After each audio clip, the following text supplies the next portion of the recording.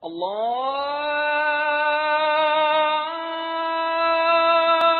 أكبر الله أكبر.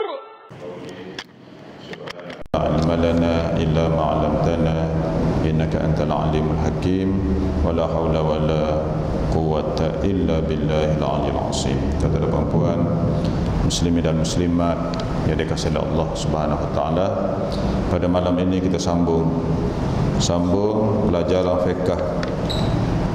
Ya, fiqh berdasarkan mazhab al-Imam Asy-Syafi'i. Iaitulah tajuk kita, syarat-syarat sah solat. Ya, syarat-syarat sah solat. Yang pertama kita sebut ya dahulu bahawa yang pertama syarat sah solat ialah bersuci. Itu yang pertama, bersuci. Suci dengan arti ya suci tubuh badan daripada hadas. Hadas kecil dan juga hadas besar. Dan demikian juga suci dari najis. Suci najis, dari najis. Sama ada pada tubuh badan kita ataupun pada pakaian ataupun pada tempat solat. Itu yang pertama. Dan yang kedua, syarat sah solat ialah mengetahui masuk waktu solat. Solat fardu. Solat yang ada waktu. Solat fardu. Ya, terutamanya dengan yakin bahawa nak solat zuhur dah masuk waktu zuhur. Solat asar begitulah. Tidak boleh agak-agak, tak boleh. Dia solat zuhur, dia agak-agak dah masuk waktu zuhur kot, dia pun solat. Dia pun solat. Kemudian didapati bahawa memang dah masuk waktu zuhur. Tidak sah juga. Pasal apa? Tidak yakin. Kena yakin masuk waktu, barulah sah solat dia. Begitulah solat-solat yang lain. Maknanya untuk mengetahui masuknya waktu, kalau zaman dulu caranya cara lama, tradisional. Sekarang ni mudah, dah ada jam, sudah ada kalender takwim waktu solat. Mudah dia nak tahu masuk waktu. Dengan arti kalau solat luar waktu, hukumnya tidak sah. Dan yang ketiga ialah sambung yang ketiga. Kita berhenti nombor 3. Nombor 3 ialah syarat sah solat, iaitulah menutup aurat. Aurat lelaki berbeza dengan aurat perempuan. Kalau solat tanpa menutup aurat, tidak sahlah solat dia. Itu nama lagi syarat sah solat. Syarat sah solat. Maknanya kalau tidak ada syarat ini, salah satu tak ada ataupun semuanya tak ada, lagilah tidak sah. Salah satu pun sudah tidak sah. Yang ketiga ialah menutup aurat di dalam solat. Dan aurat lelaki secara umumnya adalah di antara pusat dan lutut. Kena tutup. Dengan arti kalau terbuka ataupun dibuka secara sengaja, nampak atas dari lutut, ia nampak bawah dari pusat, maknanya solat dia batal. Solat dia batal bagi lelaki. Perempuan lagilah tu, tu maksudnya. Ya, batal solat dia. Kemudian kalau tidak sengaja dipakai kain pelekat, kemudian kipah sebelah bawah. Kipah sebelah bawah, anak dia pasang kipah meja, duduk bawah meja, atas lantai, pasang nombor 5, nombor 3. Berterbang kain dia. Berterbang kain dia. Kalau dia ndak begitu, rasa sejuk, ndak sedap, batal solat dia. hendaklah dia segera menutupnya. Segera dia pegang, kemudian dengan segera begitu tidak batal solat. Kalau dia buat dono begitu, batal solat dia. Tengok. Jadi dia kena segera tutup. Termasuk lelaki dan juga perempuan. Segera dia tutup. Kalau ditiup oleh angin ataupun anak dia tarik ke, dia pakai pelekat, kilah lebih kurang je. Budak-budak kecil, baby, dia bergantung, dia tarik, tercabut kain pelekat. Kalau dia biar begitu, batal solat dia. Kalau dia cepat-cepat ambil dan dia ikat semula, dia boleh meneruskan solat. Begitu juga bagi kaum wanita, sama juga. Maknanya kena jaga tu, ya, batas-batas aurat. Bagi perempuan, aurat di dalam solat tak ada lelaki, ya, baina surrah wa rukbah. Bagi lelaki. Bagi perempuan adalah seluruh tubuhnya, keseluruhan tubuhnya, kecuali tangan, dua tapak tangan ni. Ni dua tapak tangan ini, kemudian muka. Itu sahaja yang dibenarkan untuk didedahkan di dalam solat. Lain tak boleh. Kaki ke apa ke tak boleh. Bukan itu saja, bahkan tidak boleh nampak warna kulit di dalam solat. Dia dah pakai tutup aurat dah, tetapi kainnya, telekungnya nipis, nampak hitam-hitam rambut, nampak putih-putih kulit melalui kainnya, maknanya sudah nampak aurat. Tak sah solat dia. Tengok nak beli kain telekung untuk solat, jangan pakai yang nipis. Kalau dia tidak ada apa-apa pakaian sebelah dalam, tak pakai baju, tak pakai apa, dia hanya berpada dengan telekung yang nipis, nampak warna kulit, maknanya sudah ternampak aurat. Bila nampak aurat, solat dia sah ke tidak? Solat dia tidak sah. Begitu juga yang menampakkan bentuk tubuh. Dah tutup dah, tapi nampak bentuk tubuh. Dia pakai baju, dah tutup kulit tubuh. Baju t-shirt lengan panjang, dah nampak, dah tutup kulit.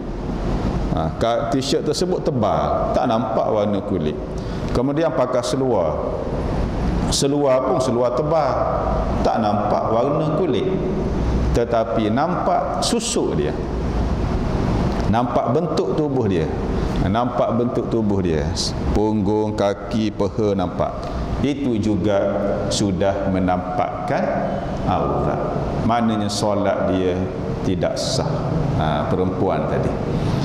Jadi aurat perempuan, itu dia. Ya, semuanya adalah aurat kecuali dua tapak tangan ini. Dua tapak tangan maksudnya adalah depan dan belakang. Bukan tapak ni saja. Ini dia, depan dan juga belakang. Itu maksud dia. Dan muka, inilah mukanya. Muka ni. Telinga muka ke tidak? Telinga bukan muka. Kalau nampak telinga, batal solat dia. Ada juga jenis perempuan, dia pakai tudung tapi nampak telinga. Pasal apa? Dia pakai subang. Pakai subang, jadi dia buka supaya nampak subang. Ada jenis telekung begitu. Jenis telekung dia pakai, dia nak berjalan, nak apa. Di dalam, kalau dia berjalan mana-mana, dia tengok oleh ajnabi, dia shopping pergi mana, di rumah dia tak ada masalah lah. Dia nak buka tudung ke dengan mahram dia, tak ada masalah. Ini ajnabi, lelaki ajnabi, nampak telinga dia pakai subang, pakai telekung untuk berjalan mana-mana, kat subang ni, berdosa. Sudah nampak aurat, kena tutup telinga. Dalam solat begitu juga, kena jaga. Kaki begitu juga. Kalau terselak, dia segera menutupnya, dimaafkan. Kalau dibiarkan, solat dia batal solat dia. Tidak sah ya solat dia. Itu secara umumnya, secara umumnya aurat bagi lelaki dan perempuan. Di antaranya Allah Ta'ala berfirman di dalam surah Al-A'raf ayat 31, ba'da auzubillahi minasyaitonir rajim, khudhu zinatakum 'inda kulli masjid. Hendaklah kamu ambil perhiasan kamu setiap kali memasuki masjid. Apa maksud dia? Zinah. Kata Al-Imam Ibnu Abbas radhiyallahu anhu, dia kata apa? Maksud zinah ialah memakai pakaian untuk solat. Kata Ibnu Abbas. Maknanya bila memakai pakaian untuk solat, tentulah pakaian yang menutup aurat. Pakaian yang menutup aurat. Kemudian hadis Nabi sallallahu alaihi wasallam yang diriwayatkan oleh Al-Imam At-Tirmidzi. Nabi kata apa? La tuqbalu salatul haidhi illa bi khimar. Tidak diterima solat yang sudah sampai umur, yang sudah kedatangan haid, sudah balighah, perempuan yang sudah balighah, kecuali dia menutup kain di kepalanya, maknanya ada telekung. Nampak? Jadi bila dia solat tanpa tutup kepala, terbuka aurat, maknanya solat dia tidak diterima. Pasal apa tidak diterima? Pasal solat dia tidak sah. Itu dia. Sudah diberi begitu panduan oleh baginda sallallahu alaihi wasallam. Apabila hadis Nabi sallallahu alaihi wasallam menyebut wajib tutup kepala, maknanya menutup seluruh tubuh adalah lebih aula, lebih utama. Bukan tutup kepala saja, bawah tak tutup. Bawah lagi lah lebih utama ditutup berbanding kepala. Jadi aurat perempuan ialah apa? Seluruh tubuh dia, kecuali yang kita sebut tadi. Itu aurat di dalam solat. Demikian juga aurat perempuan di luar solat. Kena jaga tu. Bukan dalam solat saja dia barulah pakai telekung. Lepas solat dia pun pecah telekung, dia tanggalkan telekung, keluar daripada rumah dia dogo-dogo begitu je. Jadi tak betul. Tak betul. Roh solat itu dia kena bawa juga keluar solat. Bukan masuk solat saja pakai tudung. Masuk solat pandai pula dia pakai tudung. Nak keluar rumah tak pakai tudung, tak kena. Jadi aurat perempuan bukan sahaja di dalam solat, seluruh tubuhnya adalah aurat, kecuali dua tapak tangan dan muka. Bahkan di luar solat pun sama juga. Sama aja aurat seorang perempuan. Dan ketika mereka ini berada bersama lelaki-lelaki ajnabi. Ajnabi ni bukan mahram dia. Bukan mahram. Mahram ni ialah keluarga dia yang tidak boleh berkahwin. Adik-beradik, pak saudara betul dia, anak saudara betul dia, ayah dia, datuk dia ke atas, datuk dia ke atas, datuk apa lagi, kalau ada lagi lah datuk atas-atas tu, kalau ada lagi, ayah dia, datuk dia, ayah kepada datuk dia, ayah kepada datuk-datuk dia, semua kata tu, semua tu adalah mahram dia. Boleh dia untuk buka tudung dia, tetapi dia masih lagi ada aurat-aurat besar. Aurat-aurat besar ini tidak boleh dibuka bagi perempuan. Hanya dibenarkan buka apa? Kepala, nampak lengan. Dia tak pakai baju tak boleh. Nak pakai seluar pendek dalam rumah, dengan pak saudara dia, dengan anak saudara dia, datuk apa semua, tak boleh. Aurat besar, tak boleh. Dia masih lagi ada batasan walaupun mahram. Nampak? Walaupun mahram. Jadi kena ingat begitu. Jadi bila manusia terhadap perempuan sudah tidak cakna berkaitan dengan aurat, disitulah bermulanya kerosakan. Di situ bermulanya kerosakan. Manusia sudah menjadi seperti apa? Seperti haiwan, tak pakai baju, tak pakai seluar.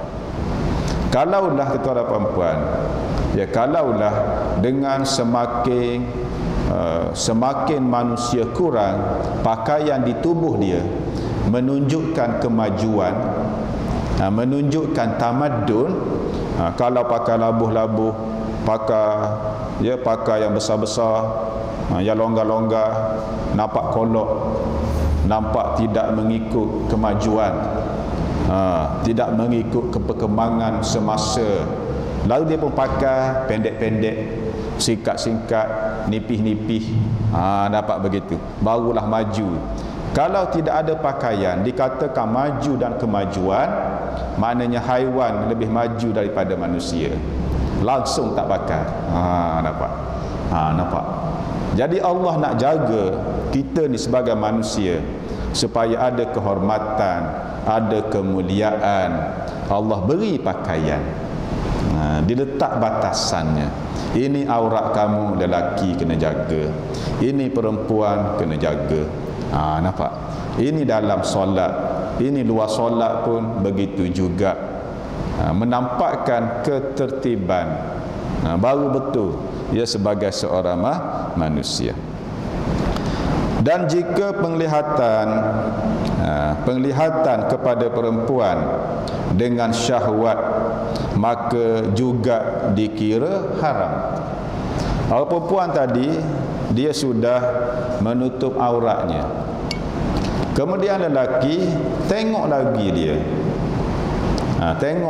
dia, bukan salah perempuan tu dah, tapi orang lelaki ni tengok lagi dia dengan syahwat, haram lelaki tu. Kemudian kalau perempuan dia ni umpamanya cantik sangat, dia pergi mana-mana pun orang tu tengok dia, perhati dia, pasal dia ni cantik sangat, jelita sangat. Maknanya begini punya rupa perempuan, dia sudah menimbulkan fitnah. Bila menimbul fitnah, wajib kepada perempuan tadi untuk menutup muka dia, supaya tidak menimbulkan fitnah. Maknanya cantik sangat ni, sampai orang semua tengok, tengah makan pun berhenti, tengok dia. Duk tengah bawa kereta pun berhenti tengok dia, jam kereta.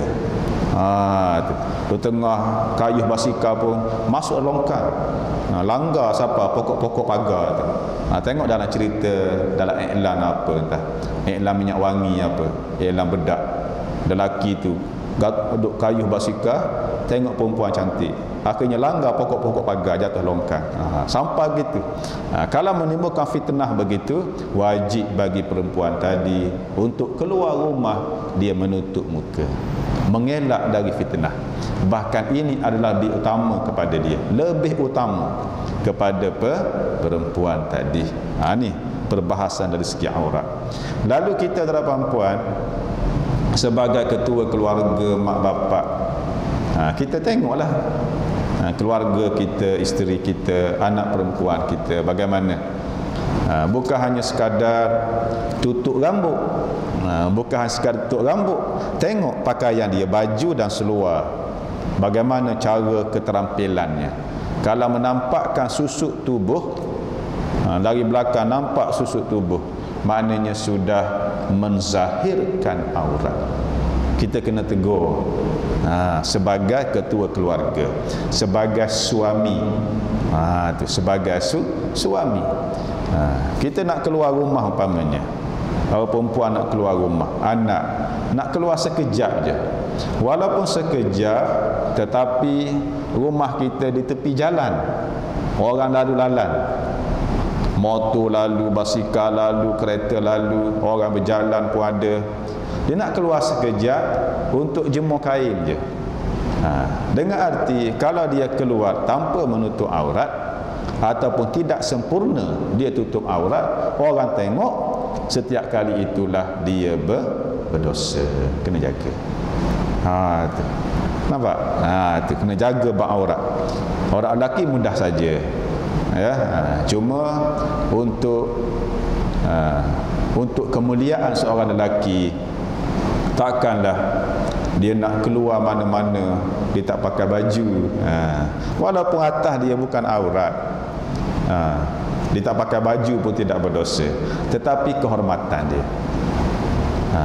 ya, maruah dia sebagai seorang manusia, takkan tak pakai baju. Dia nak pergi mana-mana, nak pergi kenduri cantik, pakai baju batik, pakai apa, wangi-wangi. Nak pergi shopping pun pakai okey, nak pergi majlis-majlis bersama, majlis rasmi umpamanya, pakainya bagus-bagus. Takkanlah untuk bermunajat solat di hadapan Allah dia gantung kain pelekat di dada je, tak pakai baju. Jadi tak kena sangat. Tak kena sangat. Biarlah tutup itu, biarlah sempurna. Biarlah sempurna, walaupun yang kita pakai itu bukanlah baju yang terbaik yang kita ada. Paling tidaknya sempurna, tutuplah atas, tutuplah sempurna. Bukan tak pakai baju, tak pakai apa. Kita ni nak bermunajat di hadapan Allah Subhanahu wa ta'ala. Biarlah sempurna, nampak cantik. Inilah di antara makna zinah yang kita sebut tadi. Makna perhiasan.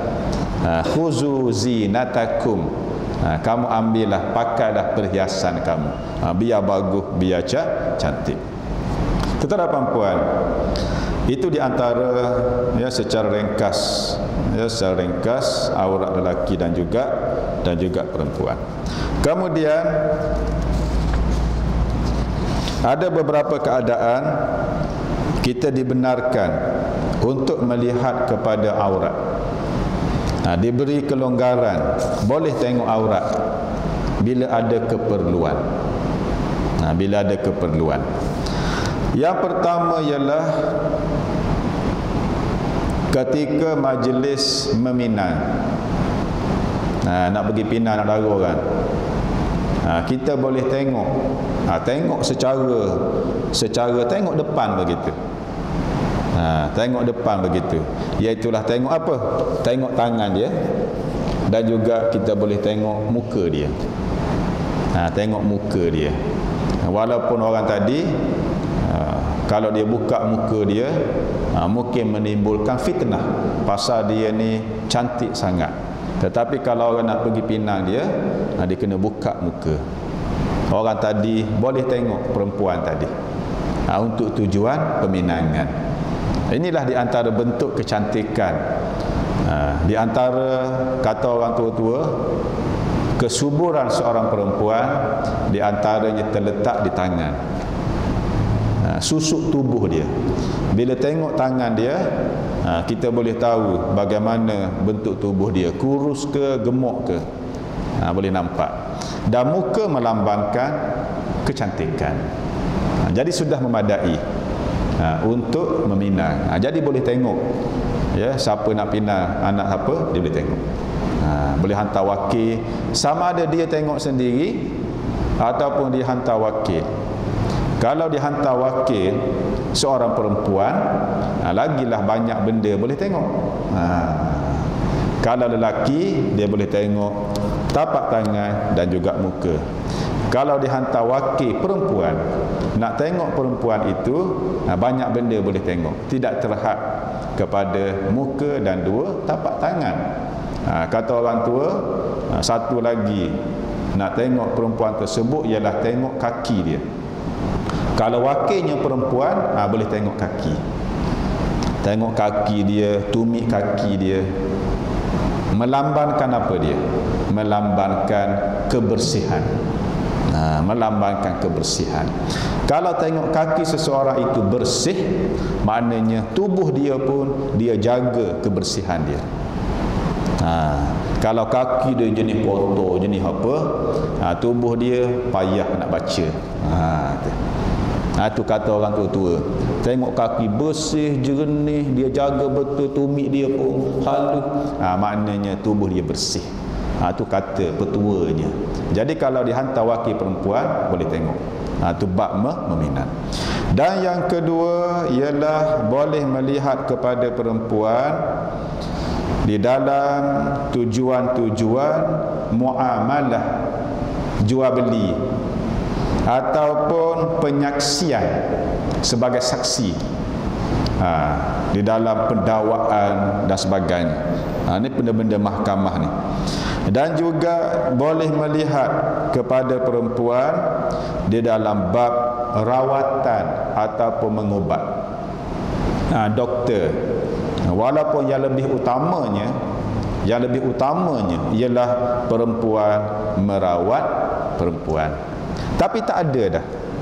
Umpama dalam bidang tu tak ada doktor perempuan. Doktor lelaki dalam bidang tu dibenarkan untuk buka sekadar perlu. Lebih daripada itu tak boleh. Untuk dibuka sekadar perlu. Kalau sakit dia kat sini, buka kat sini. Jangan duk buka tempat lain. Sekadar perlu. Dibenarkan. Jadi yang lebih, yang asalnya ialah siapa? Perempuan merawat perempuan. Itu asalnya. Tetapi bila dah tak ada doktor perempuan, dibenarkan. Bila perlu dan dibuka sekadar perlu. Ini di antara perempuan tiga keadaan. Di antaranya keadaan yang mana boleh perempuan tersebut boleh membuka auratnya kerana keperluan, dan disyaratkan, diutamakan bersama-sama perempuan tersebut adalah mahramnya. Walaupun boleh buka, walaupun boleh tengok rawatan dan sebagainya, disyaratkan apa? Ada mahram. Suami dia, abang dia ke, datuk dia ke, adik-beradik dia, ataupun mak dia, di antara bendanya, supaya tidak menimbulkan fitnah. Tidak menimbulkan fitnah. Mana di dalam kita membincangkan bab aurat tadi, dia ada pengecualian yang dibenarkan oleh syarak. Tadi habis bab aurat. Dan yang keempat, syarat sah solat ialah menghadap kiblat.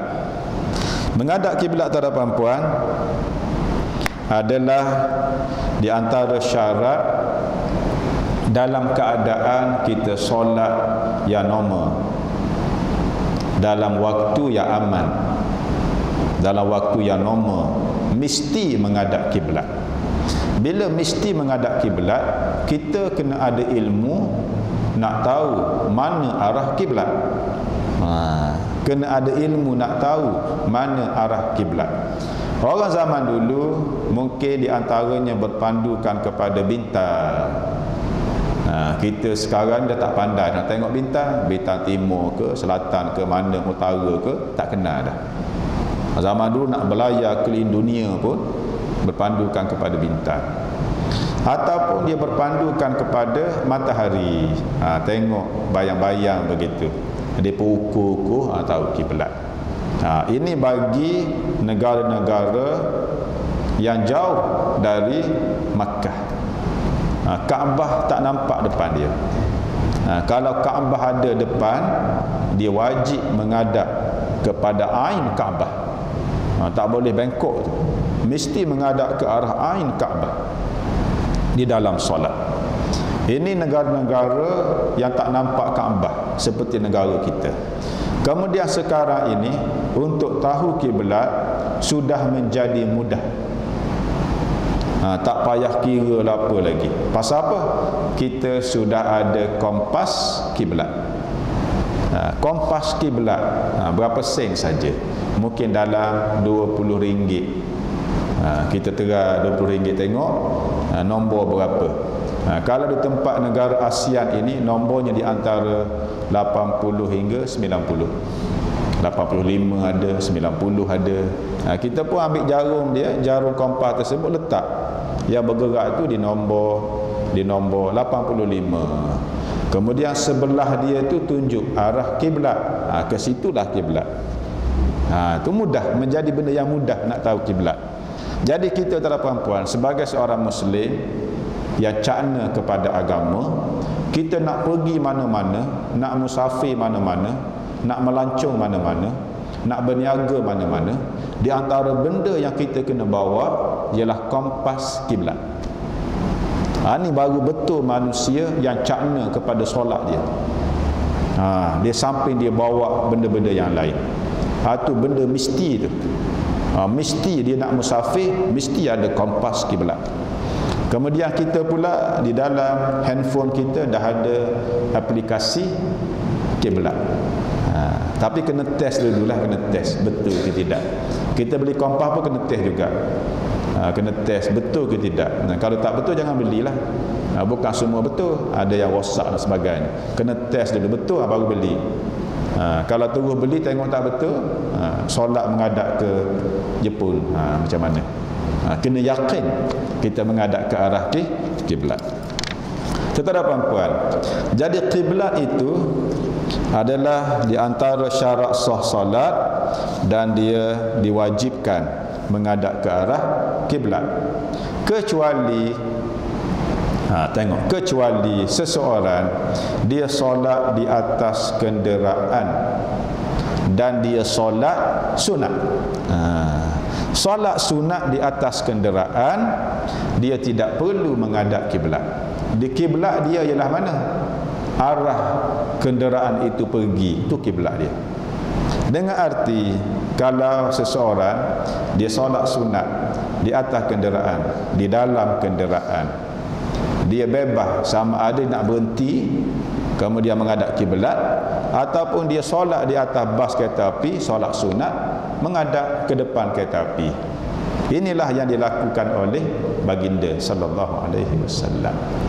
Nabi bila baginda sallallahu alaihi wasallam musafir, dia nak solat sunat, dia tak turun pun daripada kenderaan dia. Unta tak turun pun. Tetapi bila baginda nak solat fardu, Nabi turun dan Nabi menghadap kiblat. Tengok. Solat fardu, Nabi turun dan Nabi menghadap kiblat. Di antaranya sabda Nabi sallallahu alaihi wasallam seperti yang diriwayatkan oleh Al-Imam Al-Bukhari dan Imam Muslim berhubung dengan menghadap kiblat. Nabi bersabda yang bermaksud, apabila kamu hendak solat maka kamu sempurnakan wuduk, kemudian menghadaplah diri kamu ke arah kiblat. Menghadap kiblat dulu, kemudian bertakbirlah, iaitulah takbiratul ihram. Menghadap dulu ke arah kiblat. Menghadap itu maksudnya lah apa? Dada ni menghadap kiblat. Walaupun disebut fawallu wujuhakum syatrah, disebut muka, fawallu wujuhakum syatrah, tetapi yang dimaksudkan ialah apa? Dada. Dada mesti menghadap kiblat dan tidak boleh bergerak tu. Bergerak. Kalau umpamanya ditiup oleh angin, bergerak, diberi kemaafan. Dia solat tepi pantai, kemudian angin laju, kuat angin, tentu bergerak, diberi kemaafan. Tetapi bila angin sudah reda, dia hendaklah betulkan semula dada dia ke arah kiblat. Kena jaga tu. Memalingkan muka adalah makruh, tidak membatalkan solat. Memalingkan muka nak tengok, tengok, makruh, tidak membatalkan solat. Dan memalingkan muka menandakan tidak ada khusyuk. Duk tengok cicak, duk tengok jam pukul berapa, tengok jam nak solat. Tidak menandakan khusyuk dan juga makruh hukumnya, dan memalingkan dada dengan sengaja membatalkan solat. Cuba tengok tuan-tuan puan, setengah sahabat kita ketika memberi salam, di antaranya dia bukan muka saja dia paling. Assalamualaikum warahmatullahi, dada-dada sekali dia paling. Dah batal solat dah. Kalau berpaling pada salam yang kedua, solat dia masih sah lagi. Ini belum salam yang pertama dah paling dah. Assalamualaikum warahmatullahi. Dah paling dah. Begitu dah. Assalamualaikum warahmatullahi. Assalamualaikum warahmatullahi. Macam mana nak sah solat dia? Tengok. Yang disunatkan adalah berpaling muka ketika memberi salam, bukan berpaling dada. Assalamualaikum warahmatullahi. Dada tak bergerak. Assalamualaikum warahmatullahi. Dada bergerak. Batal. Pasal apa? Sudah berpaling dari arah kiblat. Kena jaga. Muka saja berpaling. Assalamualaikum warahmatullahi. Assalamualaikum warahmatullahi. Itu dia. Jadi kiblat ini merupakan syarat sah solat, dengan arti bila terpaling dengan sengaja dada dia dari arah kiblat, ataupun dia solat tidak menghadap kiblat, solat dia tidak sah. Kecuali dia solat di tempat, kalau ada dia solat di tempat yang tidak diketahui arah kiblat dia. Dia masuk dalam hutan mana, gunung mana, kopah pun tak ada, apa tak ada, solat dia kena solat juga. Ketika itu dia boleh berijtihad. Ijtihadlah ke arah kiblat. Dan juga bagi mereka yang solat di dalam pesawat, dalam kapal terbang, macam mana nak tahu arah kiblat?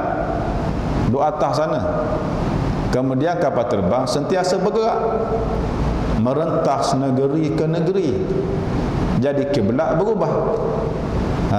Ketika itu diberi kelonggaran. Dia boleh menghadap walaupun solat fardu ke arah depan kapal terbang.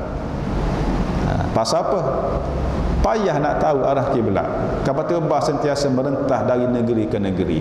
Dalam berapa minit itu dah berpindah ke negeri lain dah. Jadi tak tahu. Jadi dia kena solat juga. Pasal waktu sudah masuk dah.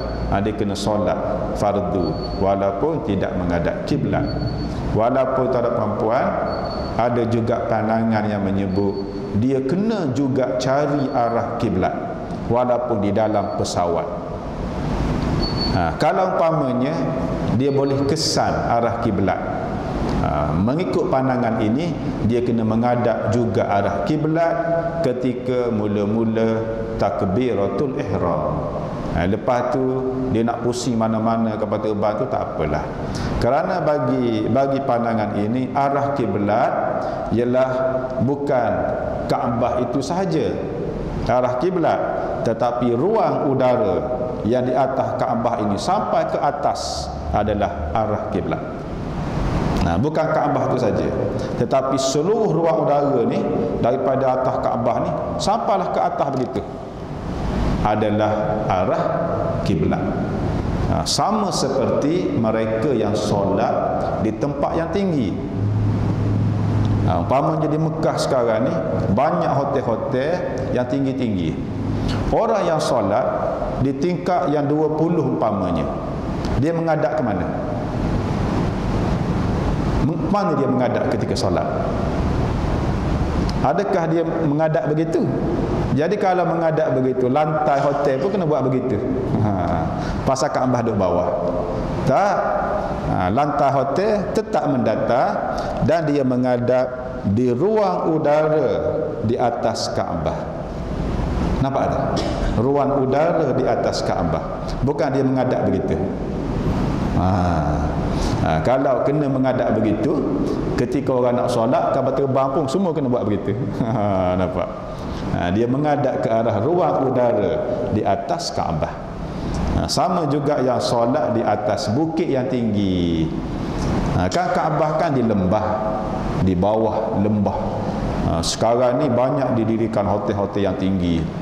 Orang pergi umrah ya, awal-awal baru ni di Makkah berdebu. Pasal apa? Pembinaan hotel-hotel dan rumah-rumah.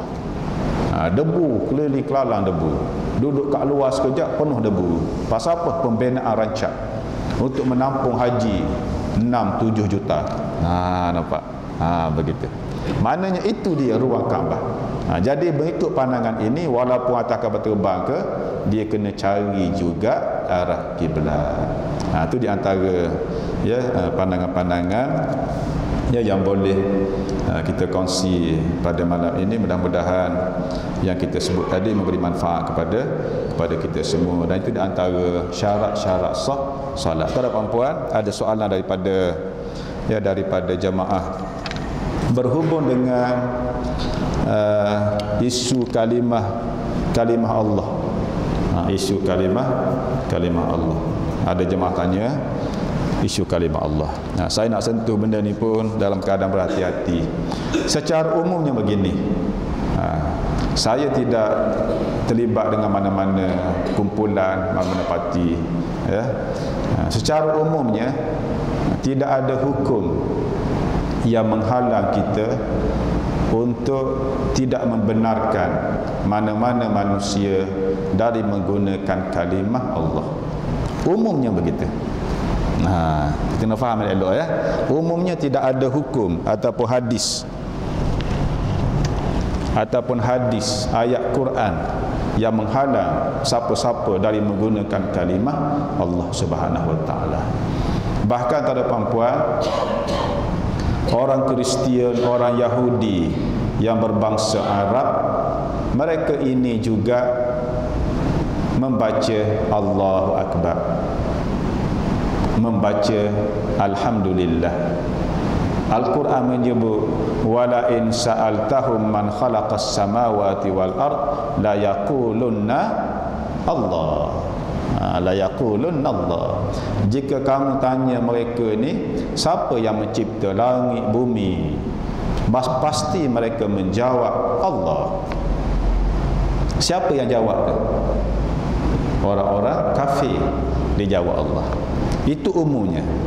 Berhubung dengan menterjemahkan Allah, perkataan God, perkataan God kepada Allah untuk diterjemahkan di dalam Bible Melayu. Bible Melayu, bagi saya benda ini perlu dihalang. Bagi saya benda ini perlu dihalang. Pasal apa? Kerana boleh membahayakan akidah umat Islam. Orang Melayu ni Islam umum begitu. Pasal bila diterjemahkan Bible ke dalam bahasa Melayu dan digantikan God, Tuhan sebagai Allah, siapa yang baca? Orang Cina baca? Orang India baca? Orang Melayu baca? Ini adalah di antara diayah puak-puak Kristian. Diayah puak-puak Kristian. Kalau umpamanya mereka nak guna juga kalimah Allah sebagai ganti Tuhan, sepatutnya dia kena terjemah juga dalam bahasa Tamil, dalam bahasa Cina, gunakan juga kalimah Allah. Pasal apa tidak digunakan? Maknanya dia terjemah Bible guna kalimah Allah sebagai ganti God ataupun Tuhan, tidak ada tujuan lain kecuali untuk mengkristiankan orang Islam berbangsa Melayu.